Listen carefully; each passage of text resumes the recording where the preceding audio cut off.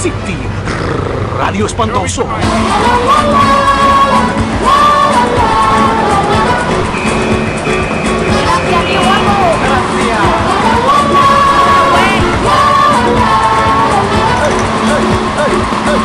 Yo te miré, Yo te miré, sonreí, te sonreí, tú me miraste y dijiste a mí. me enamoré Me enamoré de tu mirada de tu mirada y me dijiste y yo te digo vamos a volar. sé que te estás extrañando.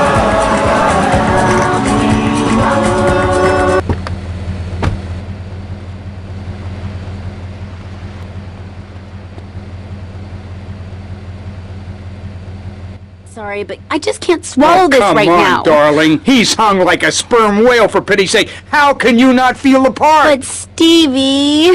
How's my star director? Oh, man, the struggle between the artistic integrity and the humping, pumping action continues unabated. And before you ask, yes, all 4 videos will be released by their... Honey, can you please keep the Andacon in the shot? He costs more per hour than you do. Oh, sorry, Steve. I was thinking we need some kind of big stunt to really promote the launch. Something that will make a real impact on this city. You got any ideas?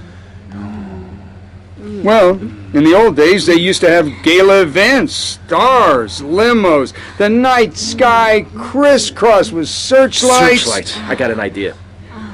Yeah. Well, little sequin numbers and the limos. Premieres. Oh, yes, ma'am. Of course, ma'am. And the press and the barrage of lights.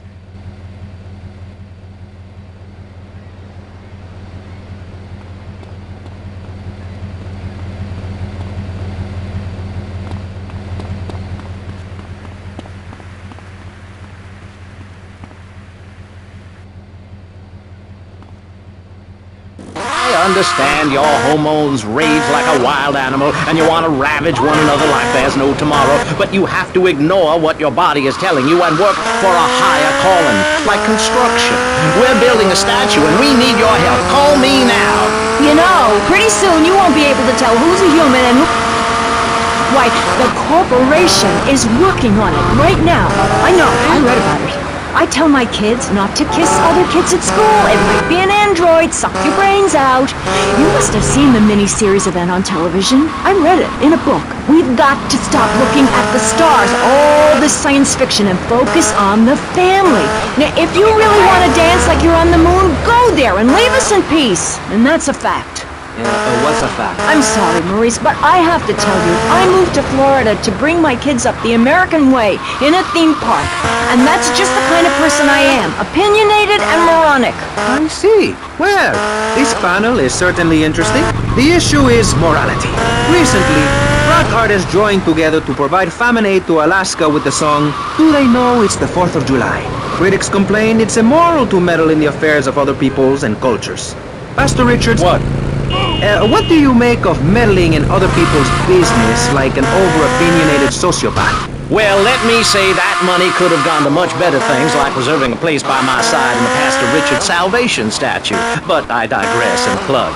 Stop doing Don't that. interrupt me, boy. Anywho, I address the Alaska issue in chapter 23 of my book. You see, the Alaskans are lunatics, plain and simple. They eat whales and snow and they sleep in the freezer. Who wants to eat snow every day? Oh, I tried to help. I sent a helicopter with copies of my book, but they burned them in a pile for heat. If the people of Alaska choose to live there, let them. But don't come crying when you're tired of eating penguin and it snows 18 feet a day. Yes, but don't you think it's I important? think it's very important to listen to me, young man. That's what makes the state of Florida great. Rather than help improve where they are, people in their hometowns come down here and shove their beliefs down everyone else's throat.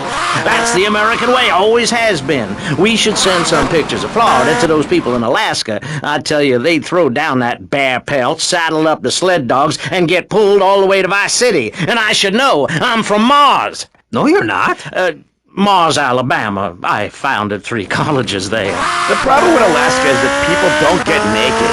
If you can't work on your car, or play the cello, or use sharp knives in your birthday suit, then what's the point of living? A bit cold there. People put on clothes when it's cold. We evolved without a warm covering of hair. That's a lie, sir. We come from the great meteor of truth. Clothes are a habit, like shaving and taking out the trash. As soon as you stop, you realize what a prisoner you were to society and a twisted state of morality. People think that nudists are immoral. Well, we're not. I'm married, I love my wife. In our commune, it's so wonderful to wake up in a big bed and go to breakfast clothed in nothing but a smile. What kind of people are there in your weirdo commune? Single people, families, elderly couples, teachers, politicians, and especially truck drivers. Truck drivers understand what it's like to be by yourself for days on end, with nothing but country music on the radio and a stick in your hand, shifting gears over and over. Truckers realize there's nothing to be ashamed of on the open road. Get naked and beat it on down the line. You've never seen a sense of community and morality like a nudist colony. We share everything, the cooking, cleaning, wives, a shared sense of what it's like to be a complete social outcast. Wait right there, Barry. I'm getting something through the cats. Headphones, that is. Yes? Yeah, okay. We just want to tell you a little more about public radio funding. We'll be right back after this. Hello, I'm sure you're enjoying our high-quality programming. I'm Michelle Montanius. Jonathan, I think it's time to acknowledge the people who are sending money in to shut us up and end this dreadful begathon. Here's a $10 pledge from Fran in Little Havana. Wow, you think she could have given more than that? Yes, mean bitch. I hope she dies an agonizing death. Absolutely, Michelle. And remember, if you want us to wish you well, dig deep and dig soon. That's right. At any moment, conservatives could vote to end our funding and place a fast food restaurant where our studios are. See, there are some people that think everything has to make money. It doesn't. That's why you should give now. Correct. Next week is Environmental Week, sponsored by Maibatsu and the Vice City Power Corporation. And next month, we're celebrating Proust's influence on Vice City, in association with the Degenitron. But for now, let's return to pressing issues. Remember, VCPR is an advertising-free zone, much like the moon or Times Square. Welcome back. The show is Pressing Issues. The subject is morality. I'm Maurice Chavez.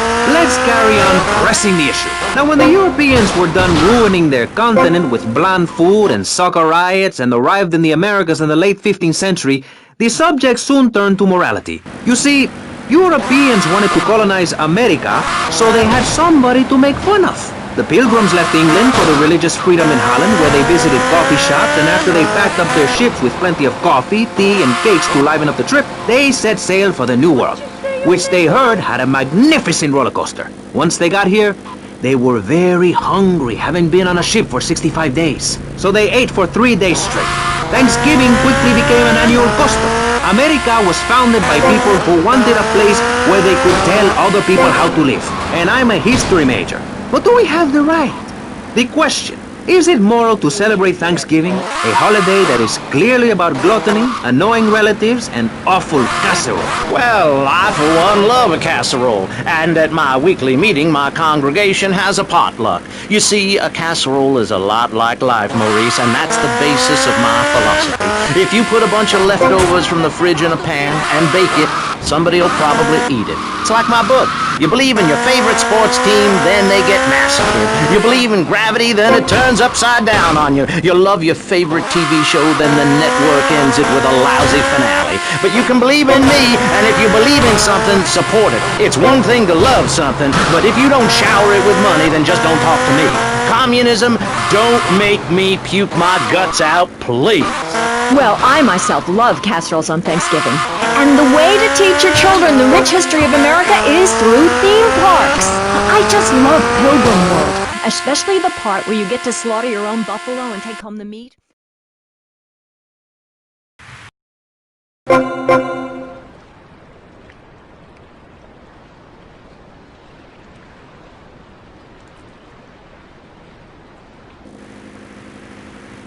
dip in the hooch and her.